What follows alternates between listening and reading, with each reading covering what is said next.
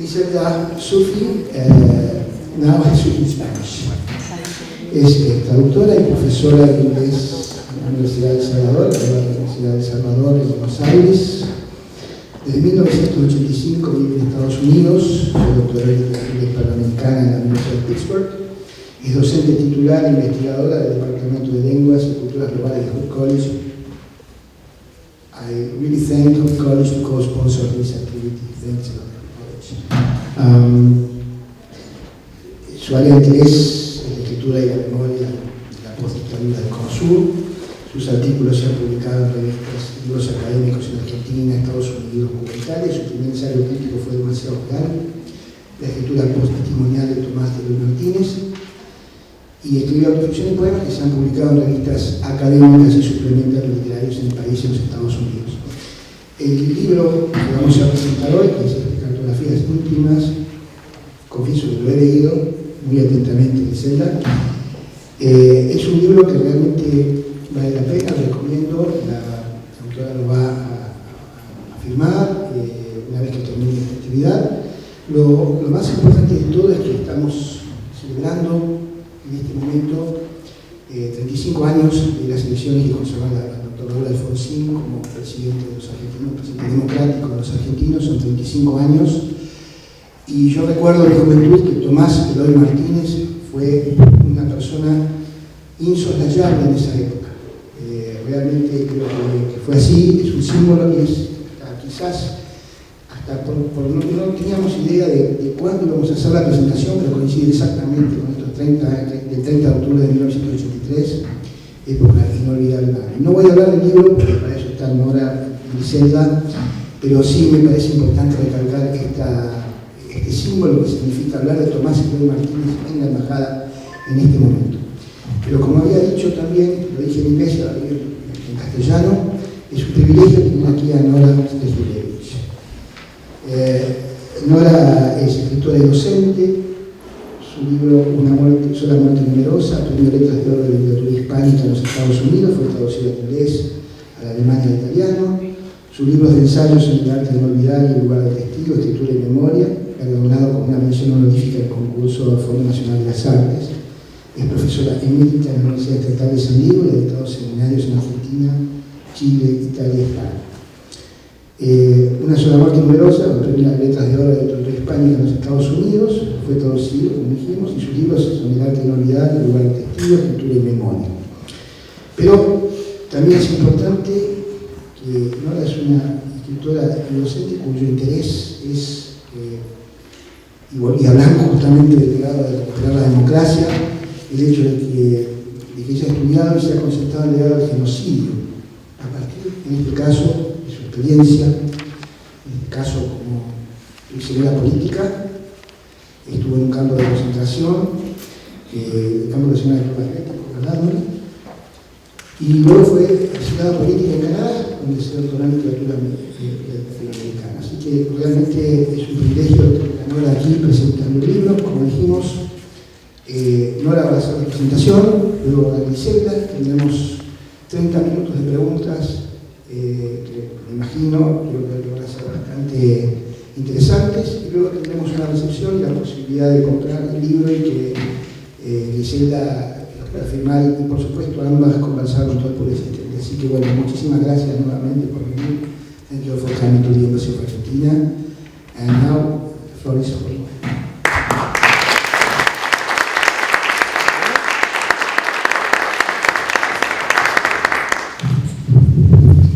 Bueno, buenas tardes. ¿Se escucha bien? Sí.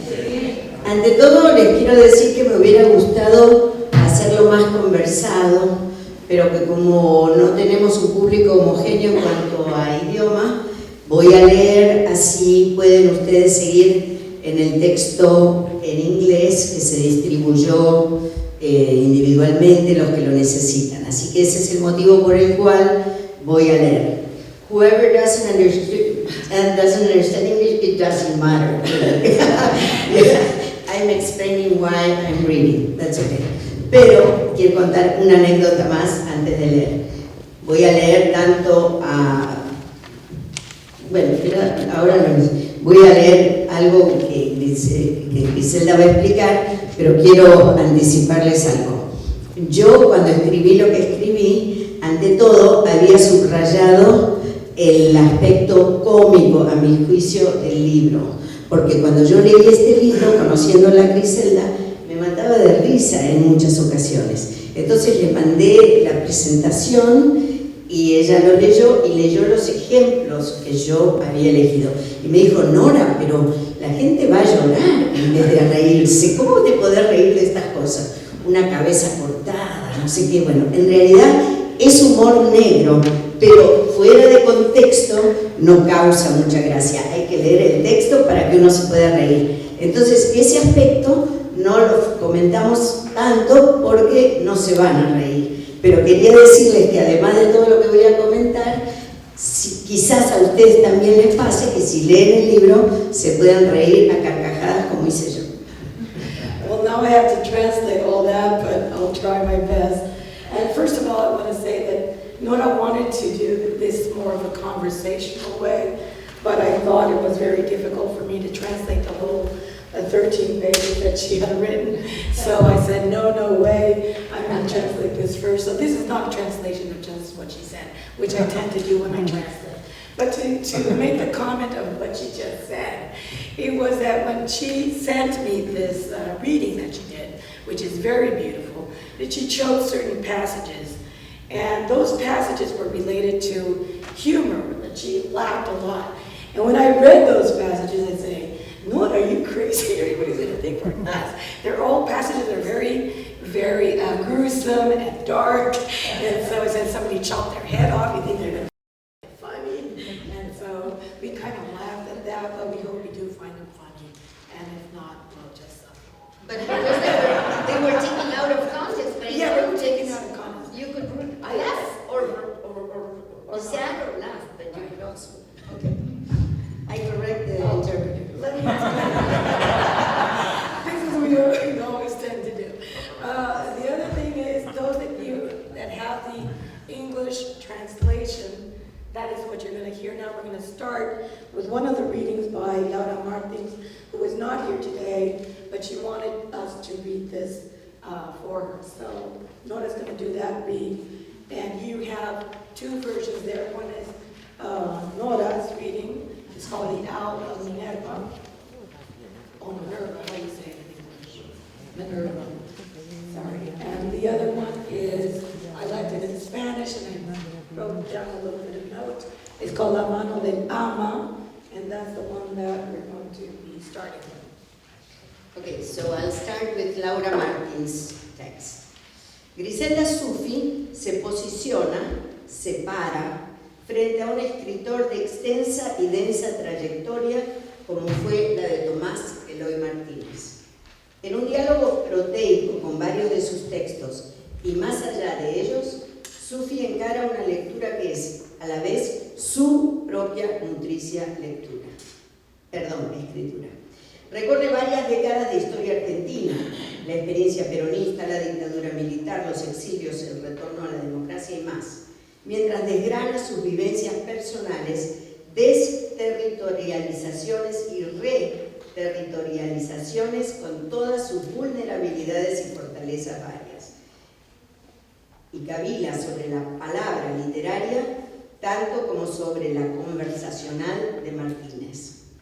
Sufi registra precisamente fragmentos de algunas de sus largas conversaciones con el escritor tucumano, y allí resaltan las fulguraciones de la amistad entre un viejo profesor y una ex doctoranda que le va siguiendo la pisada a su objeto de investigación. Como si fuera una detective en tanto la alumna que fue una vez y la profesora escritora que es ahora. La pregunta de Martínez: ¿por qué no escribís un libro ameno sobre mis novelas? Tu libro crítico no abarca toda mi obra y podrías escribir sin el corset académico y en la libertad de la imaginación. Les aclaro que Griselda había ya publicado un libro académico sobre la obra de Eloy Martínez. Entonces, esto funcionó, es cierto, como gran provocación. Provocó la escritura amena de Sufi. Sin embargo, quien verdaderamente encarna la provocación es ella misma, no solo por la tarea que acomete, una suerte de expedición de aventuras en diálogo con Martínez, sino porque su texto no adhiere a ningún contrato de legibilidad genérica que lo ubicaría dentro de una matriz unívoca, y al no hacerlo impulsa la desdomesticación de la producción y surgimiento ciego de formatos únicos. Su texto no es ficción, pero tampoco auto o biografía. Ni es crónica, pero decididamente no en su totalidad.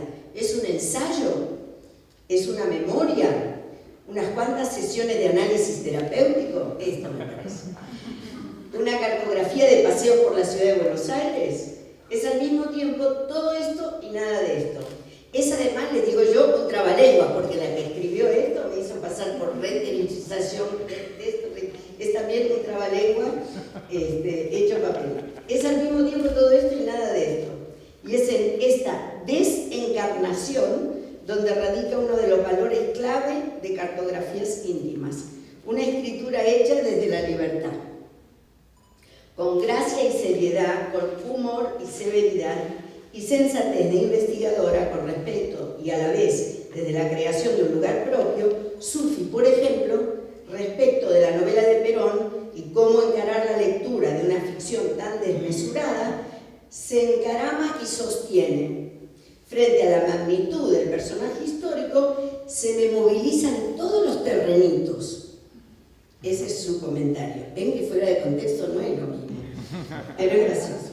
Lo que hace verdaderamente de este nuevo libro de Griselda Sufi un viaje atrapante es el poder de su imaginación. Imagina pormenorizadamente al joven Martínez yendo a Madrid a entrevistar por primera vez a Perón. Lo imagina en el exilio, lo imagina en distintas etapas del proceso de escritura de varias de sus novelas. Su imaginación especulativa desborda cuando lee los papeles amarillentos que pertenecen al archivo del escritor, cuando deambula por los bares porteños con su laptop y anota, apunta, conjuga, conjetura, correlaciona, cuando escribe. Y esa pequeña o gran felicidad de la escritura la podemos sostener ahora en nuestras manos y se llama Cartografías íntimas, un viaje con Tomás Eloy Martínez de Griselda Sufi. Sufi 7. Bueno, esto es el texto de Clara. Yes, that was Laura Martin's reading on this, and now we're going to listen to Nora. Ahora el mío.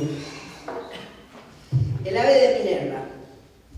El ave de Minerva levanta vuelo al atardecer, cuando una forma de vida se ha acabado, escribió Hegel. Esta imagen me remite al origen del libro que hoy presentamos, y como se trata de cartografías íntimas, mi lectura levanta vuelo desde ese preciso lugar, la intimidad. Entonces les voy a contar toda la intimidad de Griselda Sufi, imagínense.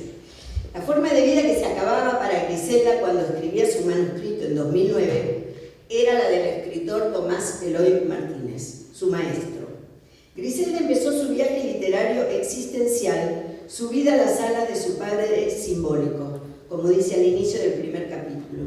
Garabateaba a todo vapor, tal vez para postergar el duelo que se avecinaba, mientras se repetía a sí misma, hablándole en silencio: no escribo una elegía, ¿oíste? Pero ella, una vez que la muerte anunciada llegó a su punto de culminación, no le escribió otra cosa que elegías al amigo ausente.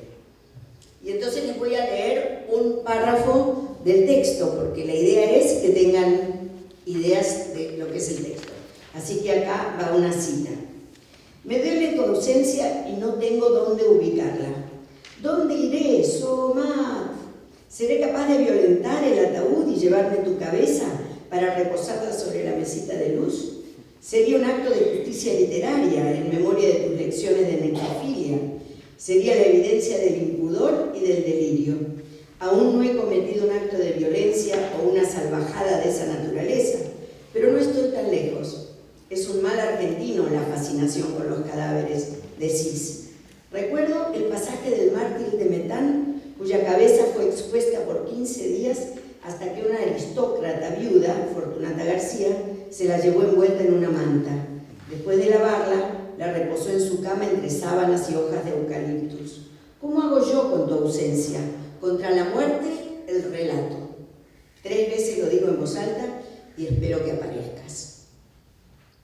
El búho de Sufi emprendió su vuelo sobre los fragmentos que dejó la vida de Eloy, quien al irse arrastró capítulos de la propia.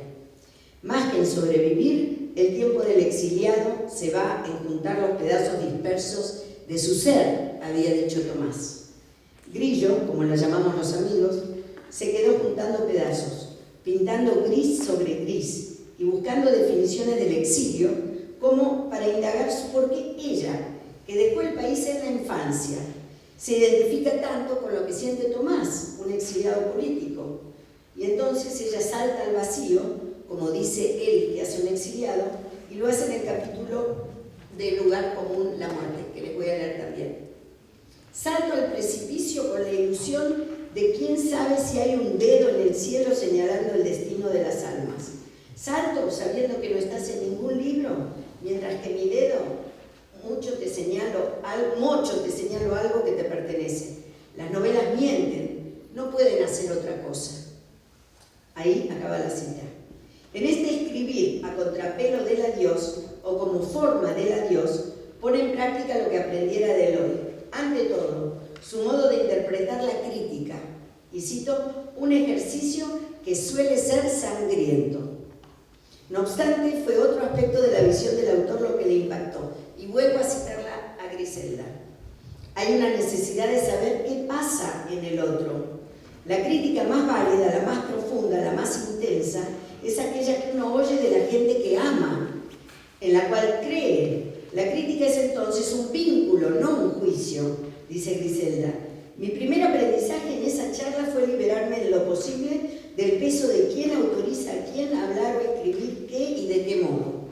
Tomás habló de la crítica desde un lugar que yo desconocía como estudiante, dándole un sentido más humano. Cartografías íntimas, hablo yo ahora, es un ejercicio de crítica humana. Es un vínculo con un autor que Griselda no puede separar del ser querido.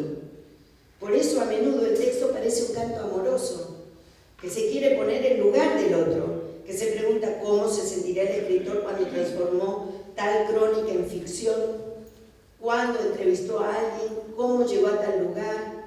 En este vínculo no hay respeto, sino complicidad, porque él mismo la empujó a aventurarse en el terreno de los atropellos a la razón, que como ella explica son propios de un narrador con un sentido irreverente de la historia.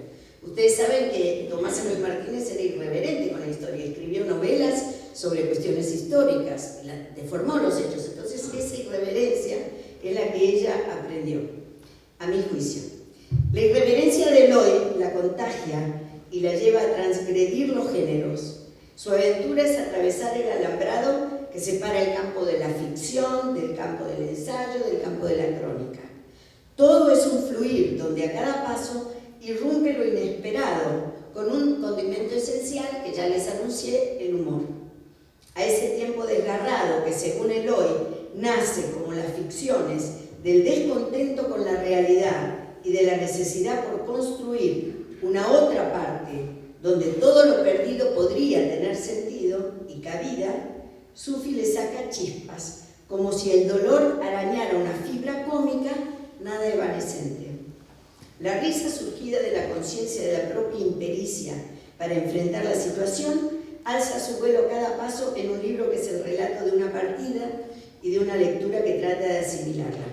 Lo que más me sorprendió de la particular sobreescritura que hace Sufi en las márgenes de la obra del autor, imagen que tomo de Tununa Mercado, que dijo esto cuando presentó el libro en Buenos Aires, es que de a ratos me hizo reír, como les dije, a carcajadas. Algo que creía imposible en nuestro entorno de estudios literarios. Lo irreverente, en su caso, es pegar el salto a otra mirada y desde ese lugar escribir un libro performático que pone en escena su lectura y a la vez a Callacuyá se mata de risa. El proceso por el cual Griselda va asumiendo la escritura de un libro no convencional se anuncia desde la introducción, cuando alude a un diálogo con Eloy Martínez que le dice: Tu libro crítico, y acá repito lo que ya dijo Laura, se refiere a demasiado a los excesos de la historia en la escritura post-testimonial de Tomás Eloy Martínez del 2007, no abarca toda mi obra y podrías escribir sin el corsé académico y en la libertad de la imaginación. Y ahora les leo lo que ella dijo cuando Tomás le dijo esto. Mi respuesta, dice Grillo, fue no. 3 meses para ser precisa, con la excusa de que llevaba zapatos abotinados, hacía de jefe y carecía de imaginación alguna. Tomás, más terco que toda la generación de los buen día, insistió. A los pocos días recibí por correo electrónico el archivo de Purgatorio, junto a la carta de apoyo para mi licencia. Había dado el sí, cómplice de una amistad literaria que tomaba un nuevo rumbo.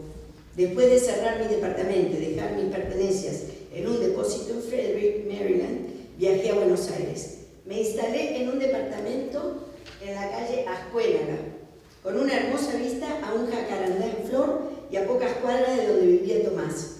No lo llamé hasta el 16 de octubre, aunque ya le había escrito varios correos que él me contestaba enseguida como si yo fuera su única lectora. Quiero leerte, hace tiempo te estoy esperando, decía él. Tomás le interpela y ella asume el viaje a su manera. Siempre que viaja, y de eso soy testigo, es ineludible que Grillo se meta por rutas desopilantes. Hasta el goce se acerca sin defensas. Por eso, como figura en algún capítulo, alguien le dijo: vos no sabés nadar porque te gusta el agua. Esa fui yo. Griselda no sabe nadar y menos aún en ese inmenso legado, pero ese océano la apasiona y Tomás la alentó. La indujo a escribir sobre él, con él, después de él. Ella sabe que le corresponde hacerlo, porque los une el mismo asunto.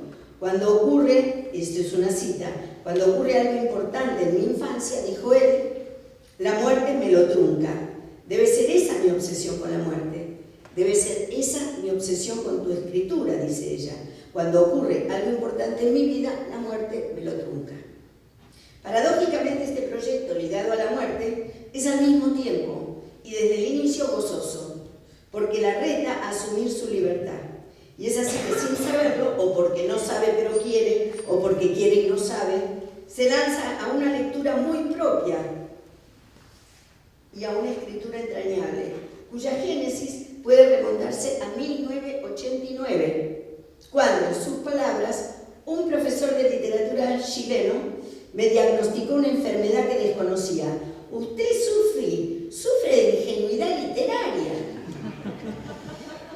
Esta enfermedad incurable es un caso particular de un síndrome que Tomás define en El vuelo de la reina.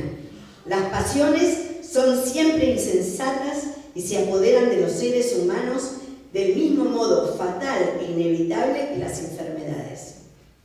Esta pasión insensata la fuerza a combatir la fatalidad con palabras. El escritor la invita a transformarse en autora de un libro del que él será el primer lector si es que lo escribe antes de su muerte. Ella se hace cargo y ya no cederá ni siquiera ante la reacción inicial de Tomás ante su primer capítulo. ¿Qué le dijo Tomás? Te fuiste de mambo, Grillo. Ella acota. En realidad me fui de mambo después. Cuando seguí escribiendo, este libro entra en un mundo íntimo del lector con descaro, ilusión y también con rebeldía. Supe, en un tiempo imposible de medir, que yo estaba escribiendo contra la muerte y que no había relato que sustituyera la vida, su vida. El final acecha y no hay tiempo ni forma de contener la marea que le dicta lo que escribe entre lágrimas y expresos o vasos de whisky con hielo, sobre todo en el Café Los Maestros, donde un día cualquiera a las 11 de la mañana a un gringo se le ocurre pedir pizza e inundar el modesto refugio con olor a cebolla. En esta cotidianidad donde se mezclan sus dos mundos de la forma más grotesca, no puede hacer otra cosa que volar, porque la angustia avanza y el único remedio es seguir hablándole a Tomás, ya con rabia, vos con la muerte cada vez más cerca, yo con las manos en las caderas a punto de alzar la derecha para dar un cachetazo, a vos, a la muerte, al que llegue primero. El cachetazo queda en suspenso y la mano se aferra a un humor que establa de salvación y búsqueda del núcleo duro de su propia biografía. Así va surgiendo una trama que está como detecta Tununa Mercado, y leo las palabras de Tununa Mercado en la presentación al libro de Grillo.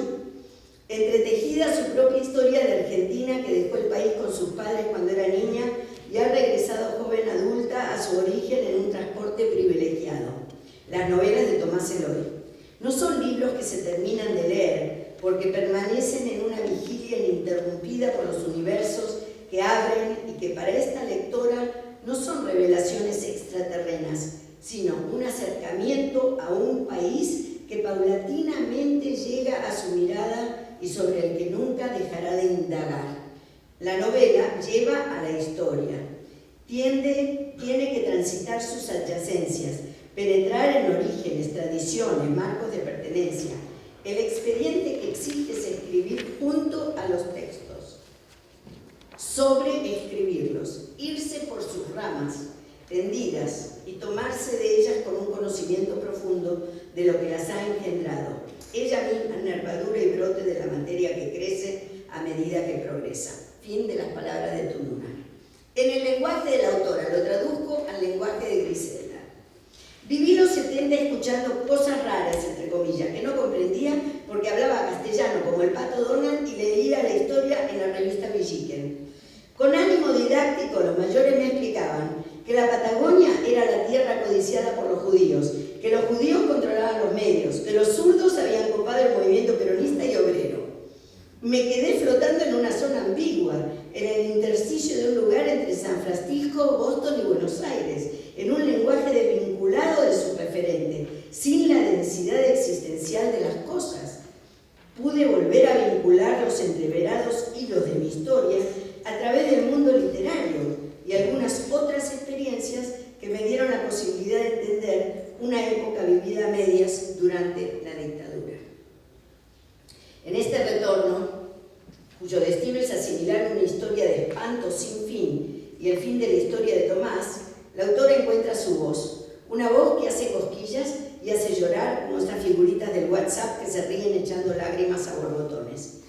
Con ese tono emprende su viaje de lectura, cuyo itinerario es un juego de rayuela donde Griselda tira su piedra donde quiere y salta en un pie, entre párrafos para aterrizar en uno u otro espacio, la esquina, el café o la calle precisa en que recuerda haber leído tal o cual hilo narrativo que se enhebra con su historia personal.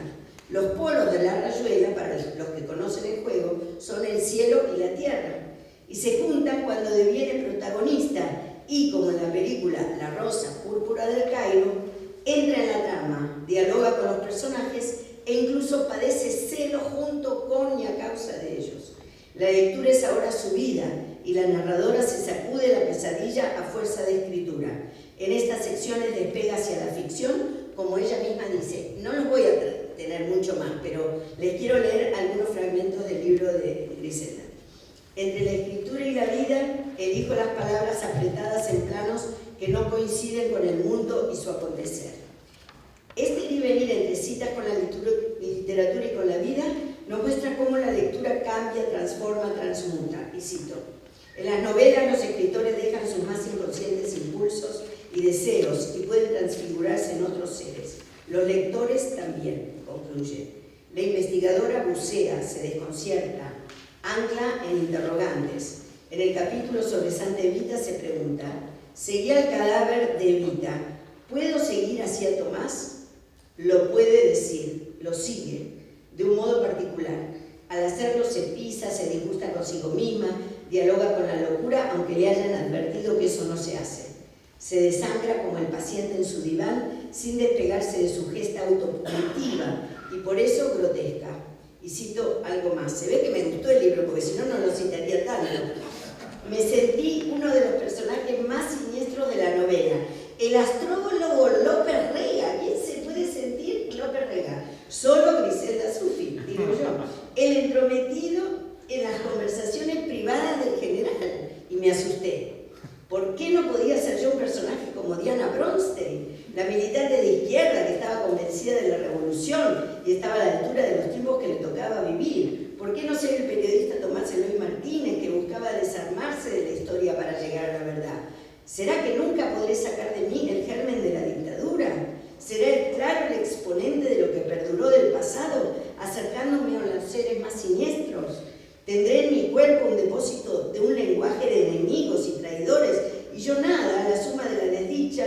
jovencita, traductora, desmemoriada e infeliz.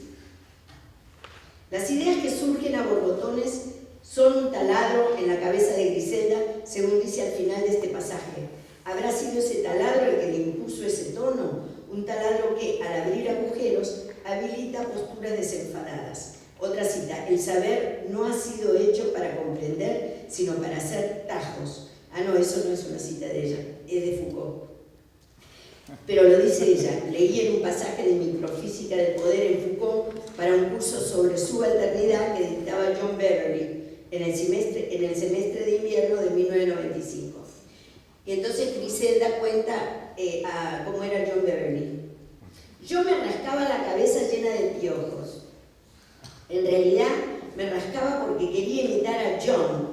Tenía lo que se dice un metejón, su aspecto de ángel endemoniado, la remera llena de manchas con el menú del día y los movimientos espásticos de sus dedos sobre el pelo en un enredo imposible de desenredar o de imitar. Desde mi asiento en posición diametralmente opuesta al podio, desde donde hablaba, parecían las manos de un director de orquesta en trance.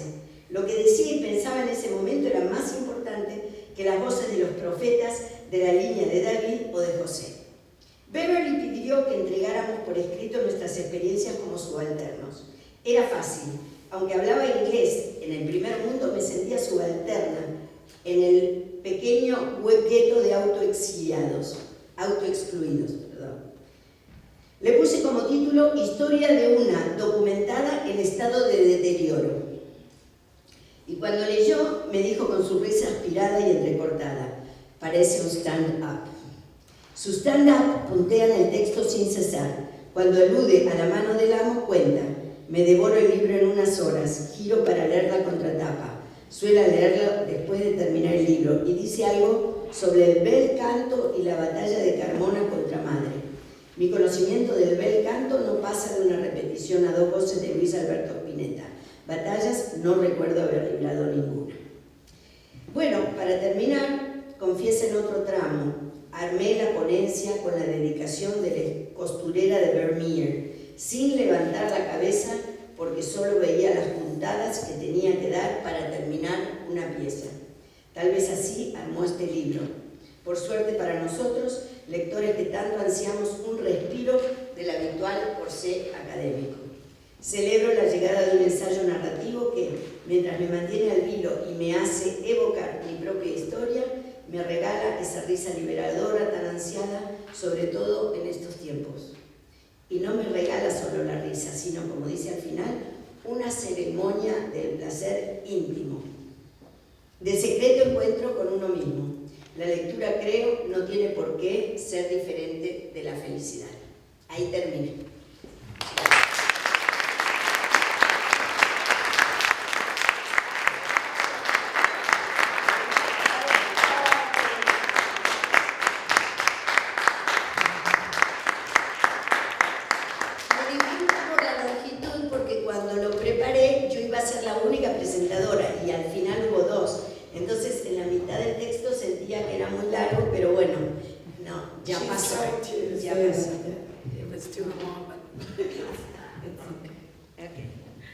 Bueno,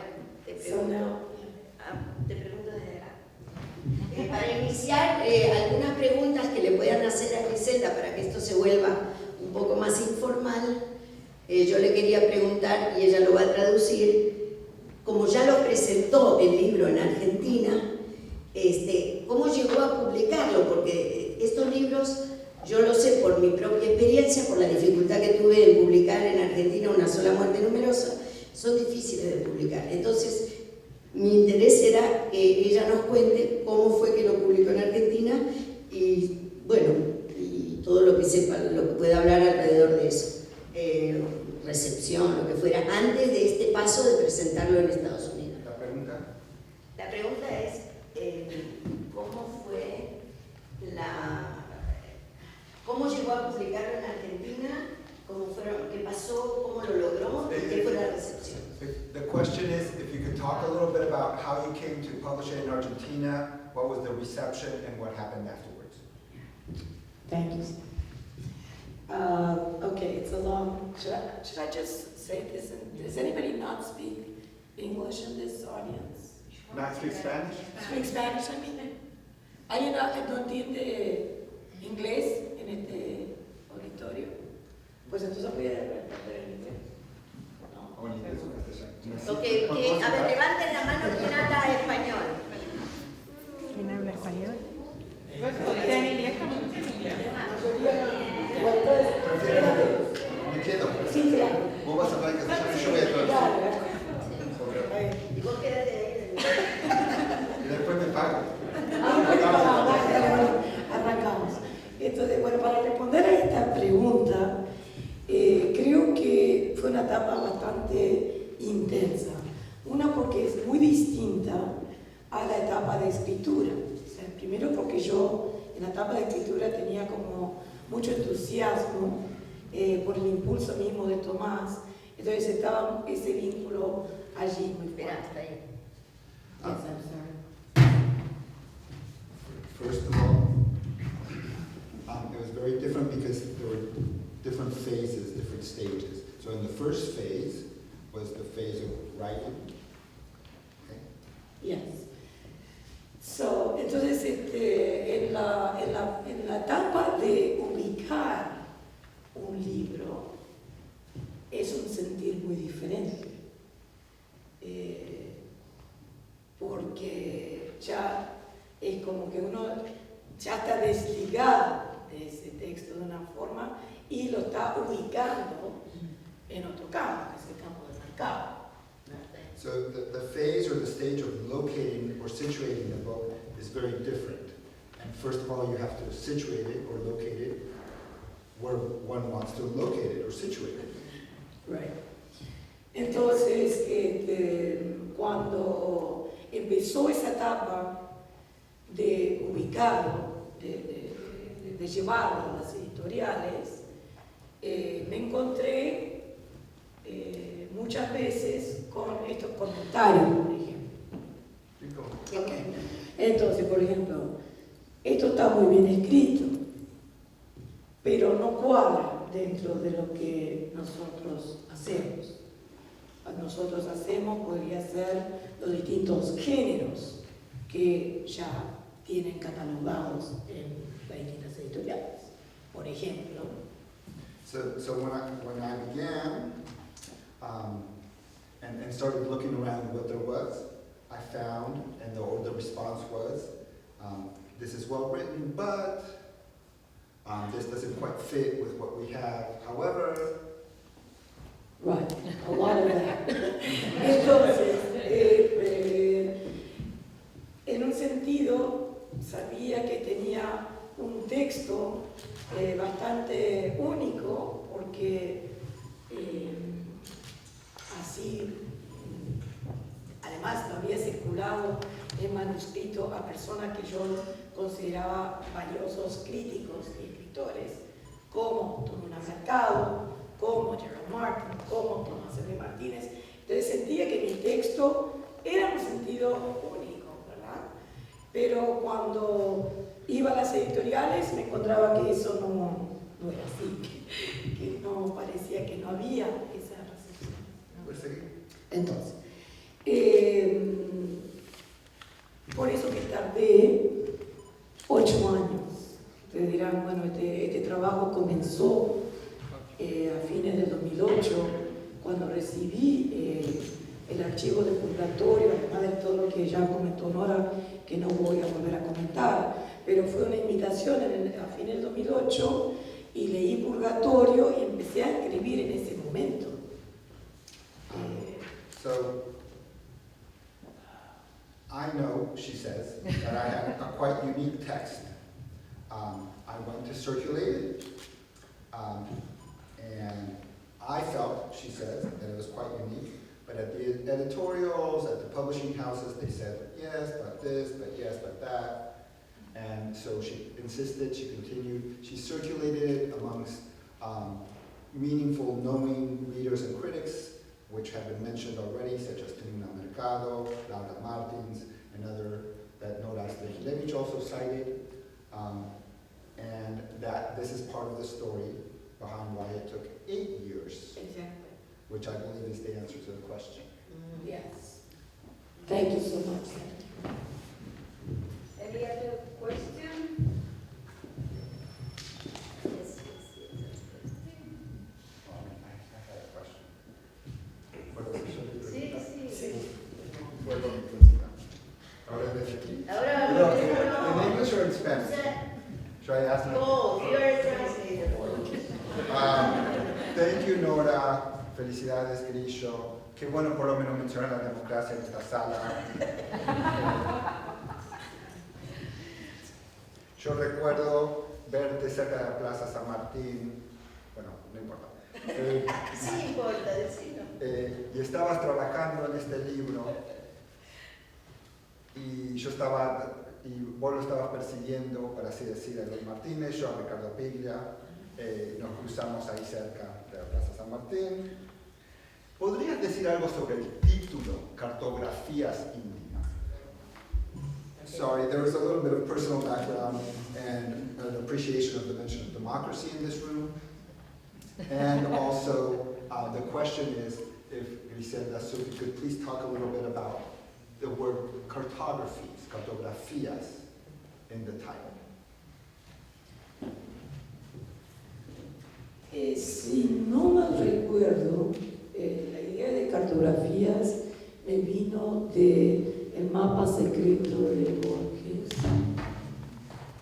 Y bueno, como ya sabía también de la conexión Martínez-Borges, tanto a nivel crítico como a nivel de aprecio literario, pensé que este libro tenía esa impronta de mapa, de cartografía. Creo que sí, que me vino por esa lectura, diría yo. ¿Y por qué tienen porque ellos no lo leyeron? Porque, bueno, muy bien. me acota.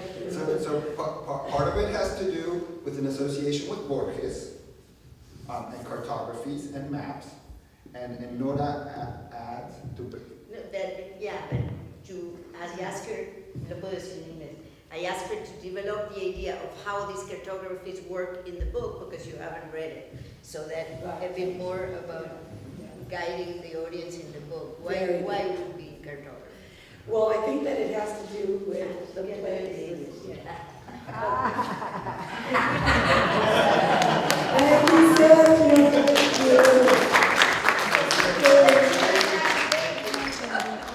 Así no le pagamos. No. Consultado cosas también. Okay, so I'll switch to English, so it makes it easier on all of us. Dora was making this comments of, well, the question was why cartography, so I mentioned this reading by Borges, El Mapa Secreto. I don't remember, it's probably The Secret Map, I don't know the title in English. But anyway, I think the idea of cartography is also related to the title of Martínez's last novel, which is Purgatorio, I'm sorry, it's not the title. The novel was called Purgatorio, Purgatory. And in this novel, he narrates the story of two cartographers. So this love story of the cartographer stayed with me. And so that was probably the first title that I came up with. It was Cartographies. I don't think I had Intimate there yet, but Cartographies was there. And I think it had to do with that reading, that recent reading, that was Purgatory and the Cartographers.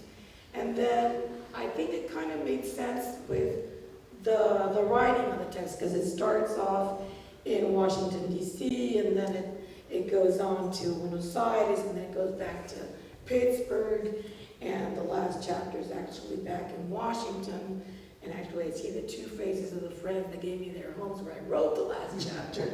So it has to do with a lot of different places and sites. I mean, when I was in Buenos Aires, it was in a cafe, the same cafe, even though it appears in different places. I really sat in the same cafe in in the same corner, and when that corner was taken, I was so upset. I was sitting in my bench, so that really ticked me off. But I also, at 8 o'clock in the morning, I was there with my laptop, sitting in the same corner from 8 to 3 every day. And then when I got back home, it was like a very intense time in the writing process. I kind of expanded that cartography piece, but that's pretty much the... But that's what is intimate cartography. Right, and it's, yes, exactly. And it's the stories that are there are not only the stories that I read, but the stories that those readings took on. So it is an intimate cartography because I'm exposed there as well. Although I hope you don't see me that much in there. Oh well, what can we do? So any other question? Let's... Or comments? Sí. No, Yeah. lo único que quiero, hace algunos años, bastante me parece, estuvo el escritor dando una conferencia acá. Si sabe qué año fue, porque yo no me acuerdo. Ooh, she's asking that she remembers having Tomás Eloy Martínez give a conference here many years ago, but I don't know exactly when it could have been. But most likely it was when Tomás Eloy Martínez was at the University of Maryland in the late 80s, before he went to, I don't know where, New Jersey or even Buenos Aires. ¿Hace falta traducir al español? Pero Ah, más perdón. o menos, ¿en qué año? No sabe. Y podría haber sido entre los finales de los 80. Ah, no, final no. Entonces, Fue después- después del 92 o del 93. Ah, no después. sé. Y podría haber sido cuando estaba trabajando en Nueva Jersey que vino acá. Él estaba como... Pero tiene que estar en los archivos de la Sí, embajada, sí, ¿no? seguramente. Aparte. No le podría decir con certeza. We can look in Google, no me... Ahí está, lo googleamos. No sé. Eso es lo que estoy haciendo. Sí. July 12, 2007. Yo quería preguntar si cada capítulo es un libro de Eloy en cada cartografía. Buena pregunta, sí. Cada capítulo es un libro de Eloy. In English. Sorry. Each chapter, my brother just asked, Both, she can do it. yeah.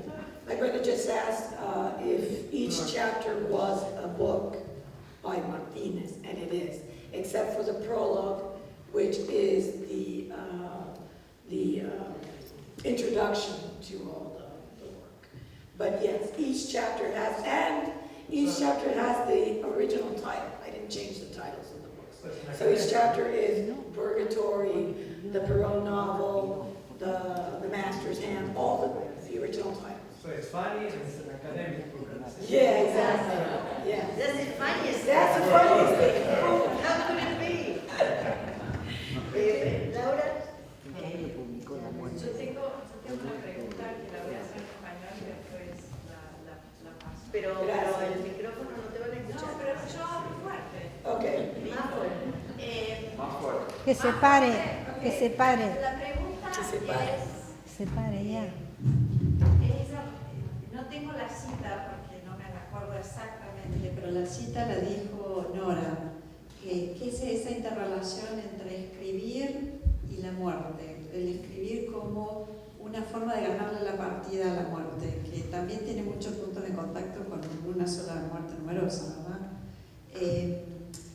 Y me gustaría que reflexionaras un poco más sobre esa estrategia de escribo como una forma de romper a la muerte o ponerle un freno a la muerte o ver qué hago con la muerte. Y eso en relación con lo íntimo, o sea, para volver a la cartografía de Sergio, ¿por qué esa escritura que golpea o que simula, hace una simulación a la muerte, se vuelve íntima? ¿Y en inglés? Oh. Él lo hace, Sergio.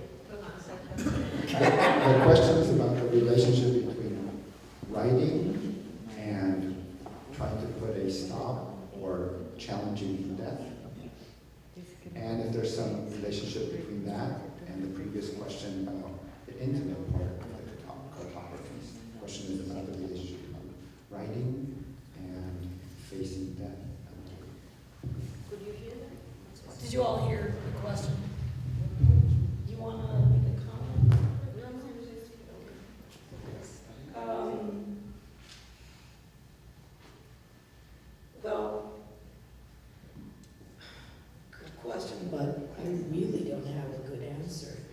because I think that that's why at the end of the book, I am very frustrated with the writing process.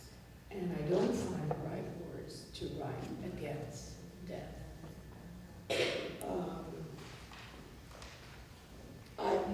I'm not sure that writing does stop death. I mean, death, in a way, will be represented obviously through the writing, and then that way can be liberating, so to speak. But is it really? I don't know. I mean, What did it do? I have my doubts. Well, I don't know if I felt liberated. I really felt frustrated. I felt frustrated. I knew that I almost felt at that point that it really didn't make sense, what I had written. Although at the same time it did, because I actually went to the publishing houses and said, listen to me, I mean, I got it, please, it's good. So I did have that knowledge, so to speak, but at the same time, there was a frustration. So I'm not sure if writing does stop the force of death, although maybe you have another idea here. No, I just went yesterday to Sergio's class, and we ended the class with a word that is called pharmakon, that comes from Greek, and that we all use it, pharmacia, pharmacologia, and it's said that art, and writing, of course, is a form of art, is at the same time veneno, ¿cómo se dice? Venom, y cura. And healing. Again. So that's very good. What she said expressed exactly that, you know, like I was angry, I was frustrated, it was very painful. That was the venom. At the same time, she said, but I still went to the editorials and still wrote it all, and because that's also a cure, even if you don't realize it. So especially these types of books that are around death, if you put it out in the moment of finding words and not finding them, finding and not finding, because it's never enough, first of all, I think you can do something very creative, because nothing is enough, and then you invent things without even knowing that you're inventing. So that's a very creative impulse. At the same time, it's never enough, because of course death cannot be stopped. So it's both cure and venom, and that's probably what happened to your book. But I didn't invent this, it's the philosopher's Which is your truth. Yes. Any question? Yes. Is it something about Tomas Martinez's writings, or in him because you got to know him, or in something in yourself that made you do this kind of crush genre book? It's not a normal, it doesn't fit too many categories. What was it that made you go down that road? Okay, I like the question. I think it's important. I think it was his writing that made me go down that road, because he does have this style, so to speak, or this intent when he writes. He crosses documentary, he crosses film writing, he crosses all different kinds of genre. Biography. Actually, the Perón novel started off as a biography, as my students well know, and they're suffering because it's very detailed. It has a lot of dates and historical events, and they go through all these minor descriptions. But at the same time, that same narrative is a narrative of kind of like against history, you know, it's like let's kind of destroy or just deconstruct the image of Perón. So he takes advantage of this kind of writing. And I think it was mainly his writing that I got into this, but also my own. I would say that it was both. I wouldn't say him particularly, the person, because the person, I don't know that well to say that, even though I had several contacts, you know what I mean? But I do feel that his writings, whether it was in newspapers or novels or his kind of writing did have an impact and did basically influence me in a way, yeah. And probably even myself, I didn't really, just to make another personal comment, just because, when I was younger, I never really read novels. Like when everybody was reading novels, sorry, I really didn't. I really thought that novels were not interesting. I really found them a waste of time. You had to read serious stuff.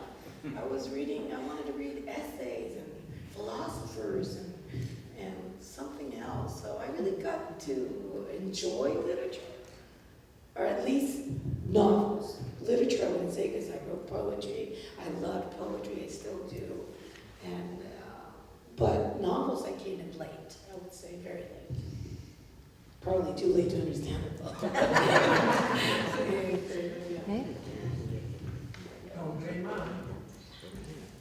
Any other questions? Or comments? Yes. Yeah.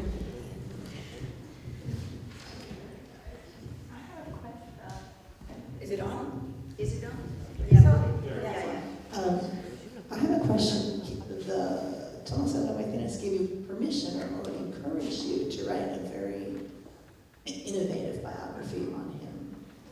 So I'm thinking, well, it could have been a gift that he wanted to give himself, that he wanted, as he was passing, to have a creation made by someone else kind of in his own image, so that not only his works lived in this kind of mirrored world, but the works about his works lived in this mirrored world. Or I thought perhaps he wanted to put you in that direction because it was a gift to you, that he had enjoyed that so much in his life. He wanted you to enter that universe. So I'm just wondering what your thoughts on his motivation for asking you to write that way. That's a therapy session. I will tell you. I think it's both. In a deep sense, I think that the latter part that you mentioned about giving me a gift, I came to probably later to realize that he was giving me this gift. Because he had read some of my things during those years that I knew him, before he even wrote that critical book on his works. So he read my poems, he knew my stories, he made comments. So we had this relationship of literature, or things that I wrote that he read and that he liked. So I think that he, in a way, by inviting me to write this, yes, he was giving me a gift, but it took a long time to see that. And sometimes I'm not sure.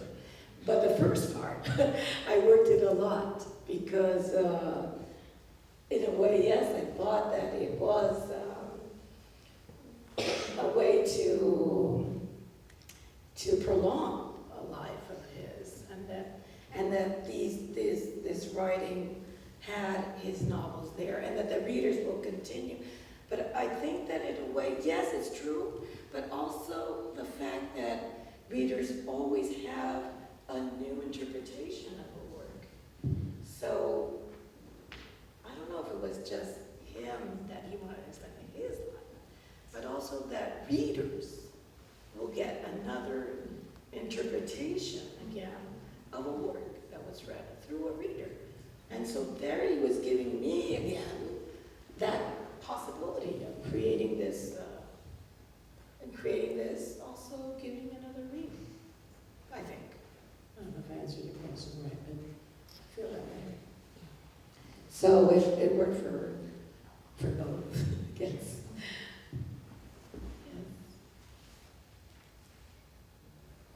Yes.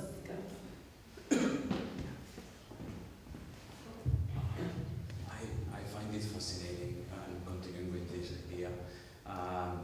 Did you finish writing the book before he died, or was it after he died? Right. I finished the book before he died. Okay. Except for that last chapter that is called Death a Commonplace, that relates to one of his famous chronicles, which I wrote actually in Hesketh, in the House of Marcia, in June and July of 2010. So the only piece that I actually wrote after his death was that one.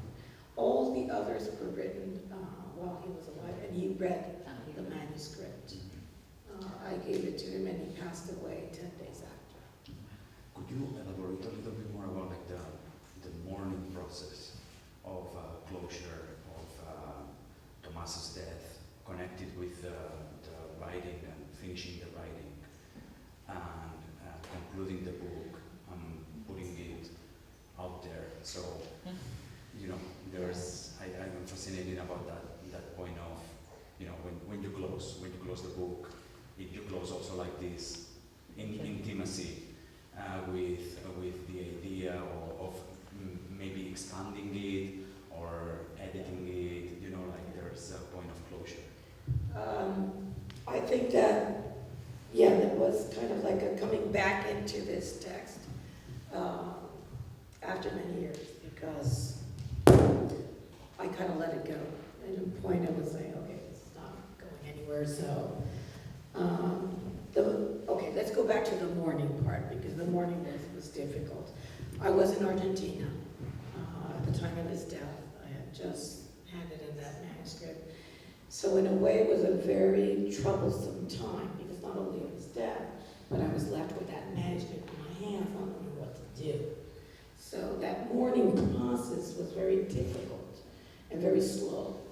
And I think I went through a lot of emotions then about this. So what do I do? It's like I was talking at first about the excitement of taking it, but it was not really like that. I was going mostly with this manuscript and kind of like in pain.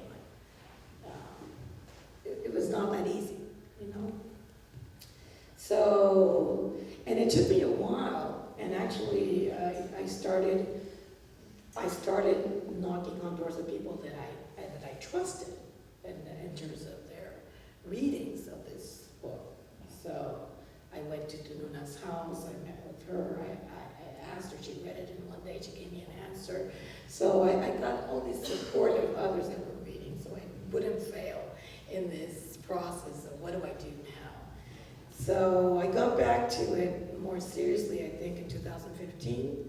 Then I went to do a literary workshop, and I kind of shared this manuscript with others, and it had a good response, and they made excellent comments. So I worked on it again, but I didn't take it anywhere. I didn't see the publisher, so it was kind of like always there, but never made that final push.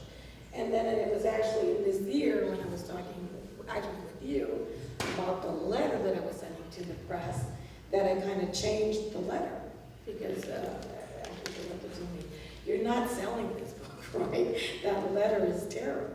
So I kind of rewrote the letter to the press, and I got 2 responses, and that's how we got this book today with us.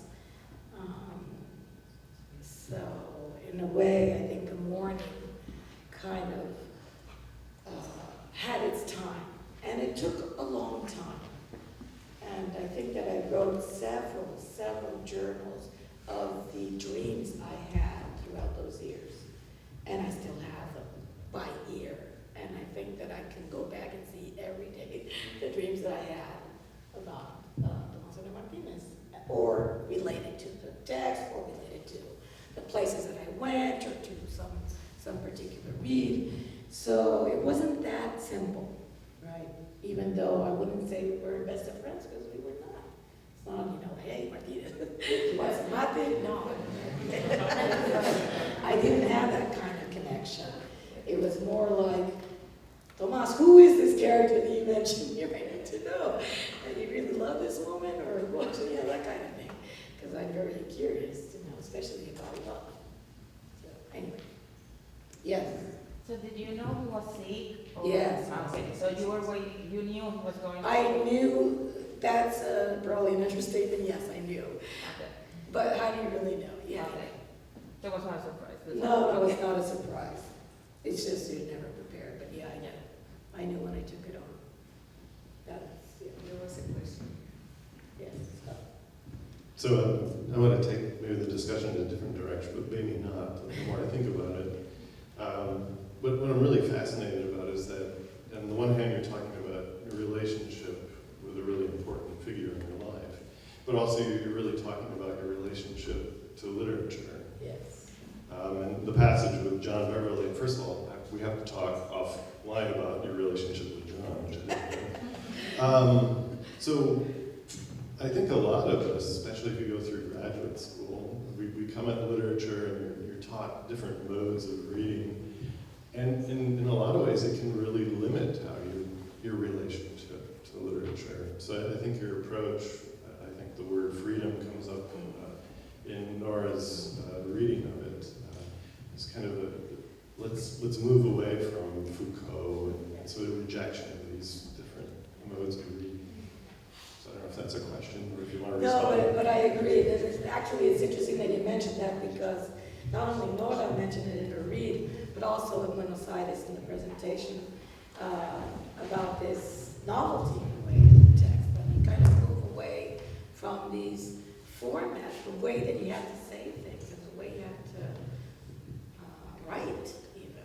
So, and you know, in the academia, we are very much in that controlled setting. So I think, yes, I think freedom is the perfect word to explain this process. And it was, at first I really, we were talking about this before, but when I started this project, I really didn't know how I would write. I just knew that it wasn't going to be an academic work because that was the call. So it was an invitation that helped me in a way find my own voice. And I think that this helped me a lot in many ways. Maybe I'll keep writing these kind of weird comments. So we thank Eloy Martinez. That'll be you find your own voice. Yeah, there you go. Thank you. Any other questions? We have time for one more question. If not, One more. okay. And then we ask the other one. I think Don had a Wonderful. I guess Scott, you did write in an interesting style. It's very out of the norm, I suppose. So, did you enjoy it, and do you think you would continue to write more about more authors or anyone? Do you wish you to continue to write in that type of style? Okay, the part that I enjoy, I put it in between the, yes, in part I would enjoy, but I don't think I will be writing anything on any other author. At least not when they are done. But I will continue writing and enjoy, that's for sure. There you go. You had a question? Yeah, I just, to pick up on what Dr. Fidzikowski was saying, so you were sort of like disengaging from traditional academic approach to literature, but at the same time, you said at the beginning that when you were young, you didn't want to read literature, you wanted to read deeper work. So I guess my question is, how do you approach this? Because somehow you're also approaching this text by connecting with canonic literature. So how do you feel about that? What role does the literary canon play, I guess? Excuse me, did everybody hear the question? Yes? Okay. No. So Speak louder. Get them Huh? Who has the microphone? No. I'm sorry.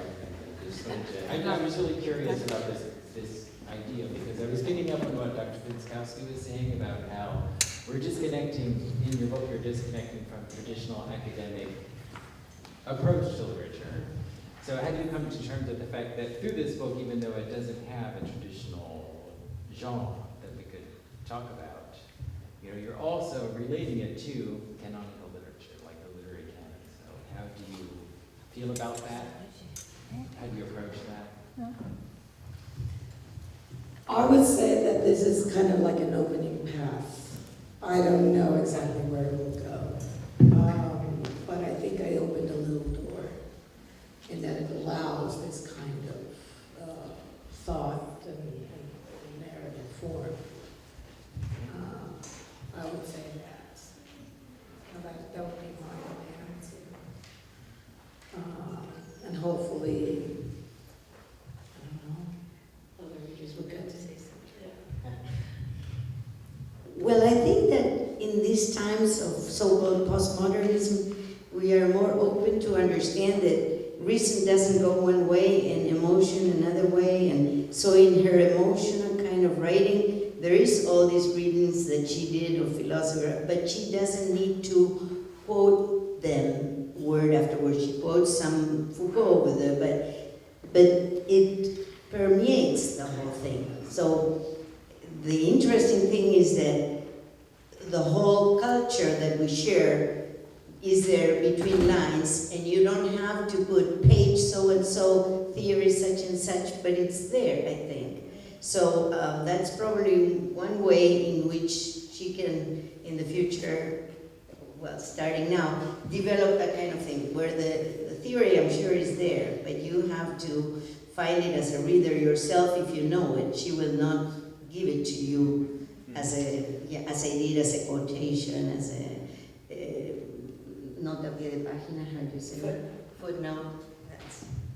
And also, just to sum this up, I think that maybe I have to put all these pieces together still. And, you know, it's kind of like, I was thinking in the prologue, I mentioned this, you know, I study in Argentina, I study translation and English, and I come to the States, and I do Latin American literature. Now, how does that make sense? But it does, you know. It's a shifter. It's something that we kind of do to fill those gaps that we need to. Something like that. Well, thank you, guys.